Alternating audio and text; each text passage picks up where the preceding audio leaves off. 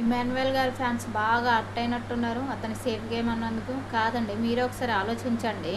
తనుజని nominate చేయడానికి అతని దగ్గర రీజన్స్ ఉన్నప్పుడు అతనే కదా డైరెక్ట్ నామినేట్ చేయాలి.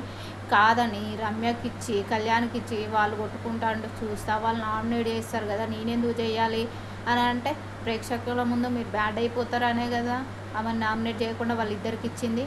అసలు కళ్యాణ్కి రీజన్స్ ఉన్నాయి తనుజను నామినేట్ చేస్తా అని అతను చెప్పిండు.